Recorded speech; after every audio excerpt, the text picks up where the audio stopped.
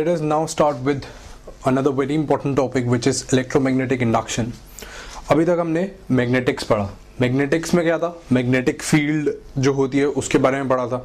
हम ऑलरेडी इलेक्ट्रोस्टैट्स और इलेक्ट्रिसिटी पढ़ चुके हैं.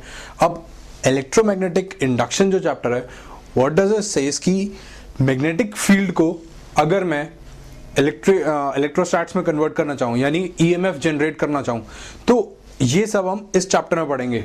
ठीक है ना? मतलब इलेक्ट्रोस्टैट्स या फिर इलेक्ट्रिक फील्ड और मैग्नेटिक फील्ड का आपस में रिलेशन. ठीक है ना? How can we use it? How can we use the magnetic field to produce some electric field और सम वोल्टेज डिफरेंस. ये सब हम इलेक्ट्रोमैग्नेटिक इंडक्शन में पढ़ेंगे. Now the first thing is magnetic flux. What is magnetic flux? Magnetic flux is given by B dot A. ठीक है? B क्या होती है? Magnetic field. A is the area. B dot A मतलब अगर कोई ऐसा सरफेस है हमारा, ठीक है, ये यहां पे बी है या ये हमारा एरिया हो गया. Let us suppose if this is the direction of area और ये बी है and this is the angle between them, या फिर दिस इज एस, तो D phi will be given by B D S into cos theta. Cos theta क्या होगा? Angle between them. ठीक है? This is called magnetic flux.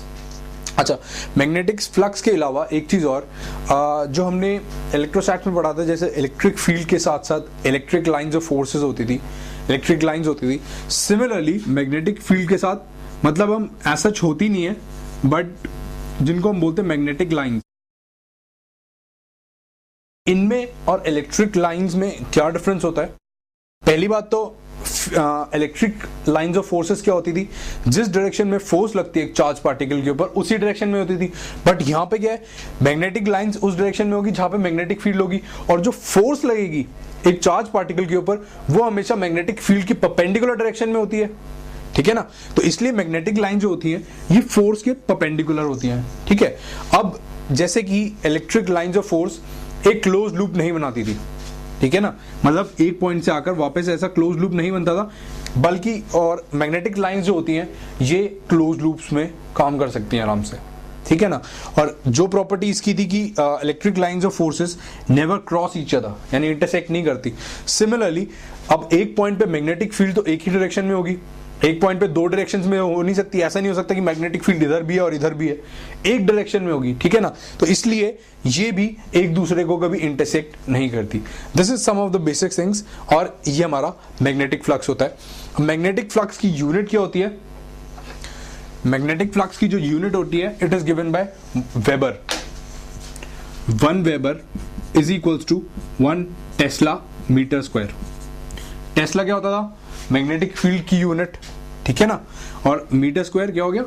Area की unit. तो it is denoted by 1 weber. इसको हम weber कहते हैं. ठीक है ना?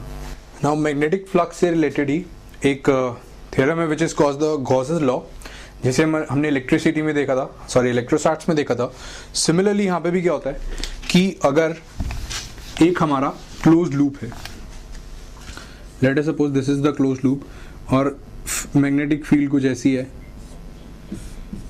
Then flux through the close loop phi will be 0. ठीक है? ये होता है. अगर ओपन लूप होगा तो उसके अक्रॉस कुछ वैल्यू होगी, बट अगर क्लोज लूप है तो उसके अक्रॉस जो हमारी फ्लक्स होगी दैट विल बी 0. ठीक है? एक छोटा कंसेप्ट है.